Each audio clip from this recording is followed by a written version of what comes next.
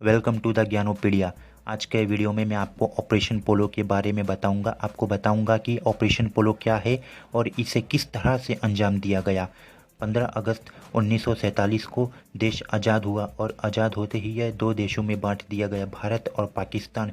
यह बंटवारा धर्म के आधार पर हुआ था, जिसमें हिंदू संख्या वाले इलाके को भारत और मुस्लिम संख्या वाले इलाकों को पाकिस्तान बना दिया गया। विभाजन के बाद पंडित नेहरू को भारत का प्रधानमंत्री और मोहम्मद अली जिन्ना को पाकिस्तान का प्रधानमंत्री बना दिया गया। लेकिन आज़ादी के बाद भी भारत 562 रियासतों में बटा हुआ था, जिन्हें भारत में मिलाकर एक करना भारत के लिए बहुत बड़ी चुनौती थी। धीरे धीरे कई सारी रियासतें भारत में जुड़ गई, पर अब भी ऐसी कई रियासतें थी जो भारत में नहीं जुड़कर अपना स्वतंत्र मुल्क बनाना चाहती थी। हैदराबाद, जामनगर, जम्मू एंड कश्मीर, यह कुछ ऐसी रियासतें थी जो भारत से अलग रहकर अपना स्वतंत्र मुल्क बनाना चाहती थी। पाकिस्तान के प्रधानमंत्री मोहम्मद अली जिन्ना भी चाहते थे कि भारत की कई रियासतें पाकिस्तान में मिल जाए। मोहम्मद अली जिन्ना ने भारत की कई रियासतों को लालच दिया कि वह पाकिस्तान में शामिल हो जाए। मीर ओस्मान अली खान अशफ जहाँ, जो कि हैदराबाद के निजाम थे, वह भारत से अलग रहकर हैदराबाद को एक स्वतंत्र मुल्क बनाना चाहते थे। उस समय हैदराबाद भारत की सबसे बड़ी रियासत हुआ करती थी, जिसमें 80% हिंदू आबादी थी, पर फिर भी सेना तथा सरकार में उच्च स्थानों पर केवल मुस्लिम ही नियुक्त थे। क्षेत्रफल की बात करें तो हैदराबाद 82,000 स्क्वायर मील था। अंग्रेजों के समय से ही हैदराबाद की अपनी सेना, रेल सेवा तथा डाक विभाग भी हुआ करते थे। उस समय हैदराबाद की सेना रजाकारों के नाम से जानी जाती थी।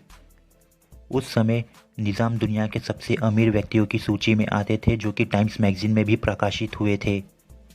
भारत और हैदराबाद के बीच कई समझौते हुए, जिसमें यह तय किया गया कि भारत सरकार हैदराबाद का फॉरेन रिलेशन और डिफेंस देखेगी और साथ ही हैदराबाद को पाकिस्तान के साथ कोई भी रिश्ता नहीं रखना है।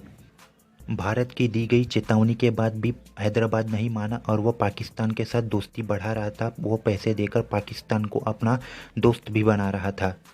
जून 1948 में माउंटबेटन फिर एक एग्रीमेंट बनाए, जिसके मुताबिक सब पहले जैसा ही चलता रहेगा, निज़ाम हेड ऑफ स्टेट रहेंगे और धीरे धीरे डेमोक्रेसी भी लाई जाएगी।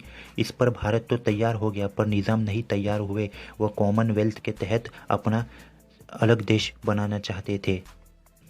हैदराबाद में रजाकारों की सेना लोगों पर बहुत ही अत्याचार भी कर रही थी। वहां से आने जाने वाली सारी ट्रेनों को भी लूट लिया जाता था, खुलेआम लोगों को मार दिया जाता था और यह सब भारत को पसंद नहीं आ रहा था। हैदराबाद में लगातार कम्युनल टेंशन बढ़ता ही जा रहा था और यह सब भारत और बर्दाश्त नहीं कर सकता था। इस पर पंडित नेहरू बातचीत करके हल करना चाहते थे, पर सरदार पटेल इस पर एक कड़क एक्शन लेना चाहते थे। सरदार पटेल जानते थे कि अब बात करके कोई फ़ायदा नहीं होने वाला है और इसीलिए उन्होंने सेना की एक टुकड़ी हैदराबाद भेज दी। सरदार पटेल के इस एक्शन का सी राजा गोपालचारी और पंडित नेहरू को पता चला, तो उन्होंने सरदार पटेल को इस बारे में पूछा। अब सरदार पटेल ने इस पर यह जवाब दिया कि सेना की टुकड़ी हैदराबाद पहुंच चुकी है और अब कुछ नहीं किया जा सकता। दरअसल पंडित नेहरू इसलिए चिंतित थे कि वह नहीं चाहते थे कि पाकिस्तान भारत के खिलाफ कोई जवाबी कार्रवाई कर बैठे। ऑपरेशन पोलो के ठीक 2 दिन पहले ही पाकिस्तान के संस्थापक मोहम्मद अली जिन्ना की मृत्यु हो गई। जिन्ना की मृत्यु 11 सितंबर 1948 को हुई थी। 2 दिन बाद 13 सितंबर 1948 को ऑपरेशन पोलो की शुरुआत हुई। इसे ऑपरेशन पोलो नाम इसलिए दिया गया क्योंकि उस समय हैदराबाद में सबसे ज़्यादा 17 पोलो के मैदान हुआ करते थे।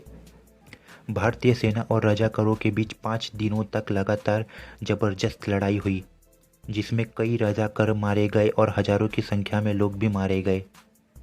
17 सितंबर 1948 को निजाम ने भारत सरकार के आगे घुटने टेक दिए और आत्मसमर्पण कर लिया। भारत ने अपनी इस कार्रवाई को पुलिस कार्रवाई बताया ताकि दुनिया का कोई भी देश इसमें दखल ना दे। पाकिस्तान ने भारत के खिलाफ यूएनओ में मामला छेड़ दिया, पर वहां पर उसकी एक नहीं चली, वहां उसकी किसी ने नहीं सुनी। रज़ाकारों के नेता कासिम रिजवी को गिरफ्तार कर लिया गया और उन्हें 2 दिन का समय दिया गया कि वह पाकिस्तान चले जाए और इनके साथ जो कोई भी जाना चाहता था उसे भी समय देकर पाकिस्तान भेज दिया गया। भारत सरकार ने सरदार वल्लभ भाई पटेल को भारत के पुनर्गठन का कार्य दिया हुआ था, जिसे उन्होंने बखूबी निभाया और भारत का पुनर्गठन किया। अगर आपको यह वीडियो अच्छी लगी हो तो लाइक कर देना, शेयर कर देना और चैनल भी सब्सक्राइब कर देना।